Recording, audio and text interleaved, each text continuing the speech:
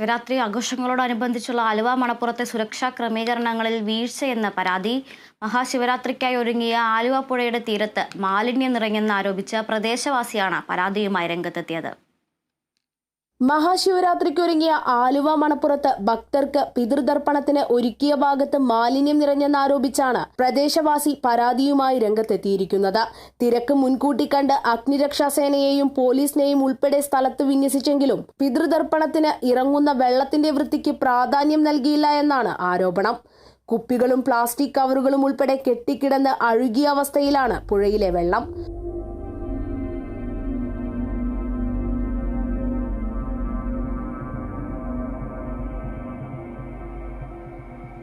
പ്രായഭേദമന്യേ ഭക്തരെത്തുന്ന പുഴയിലെ ചതുപ്പിൽ കുപ്പിച്ചില്ലടക്കം കാലിൽ തറയ്ക്കാൻ സാധ്യതയുണ്ടെന്നും അധികൃതരുടെ വീഴ്ചയാണെന്നും പ്രദേശവാസി പറഞ്ഞു.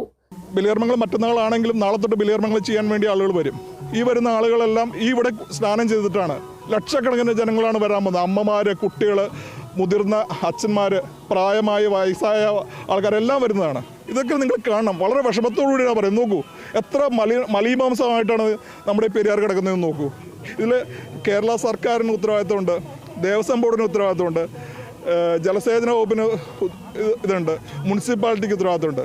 എല്ലാവരും കോർഡിനേഷൻ ചെയ്തിട്ടുണ്ട്. ഇതൊക്കെ പ്രോപ്പറായിട്ട് ചെയ്യേണ്ടതല്ല. നമുക്ക് അടുത്ത വർഷം ഇത്രാം തീയതി ശിവരാത്രിയാണ് നമുക്ക് അറിയാൻ പറ്റും. അപ്പോൾ നാളെ ശിവരാത്രിയാണ് ഇവിടെ എല്ലാവർക്കും അറിയാമായിരുന്നല്ലോ. എന്തുകൊണ്ട് ഇതൊന്നും ചെയ്തില്ല?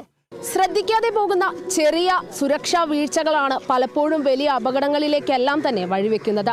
അധികാരികളുടെ ഇത്തരത്തിലുള്ള ചെറിയ അശ്രദ്ധകൾ ഒരിക്കലും വലിയ അപകടത്തിന് കാരണമാകരുത്. ക്യാമറാമാൻ രവി മേനോനോടൊപ്പം വിജിത, കേരള വിഷൻ ന്യൂസ്, കൊച്ചി.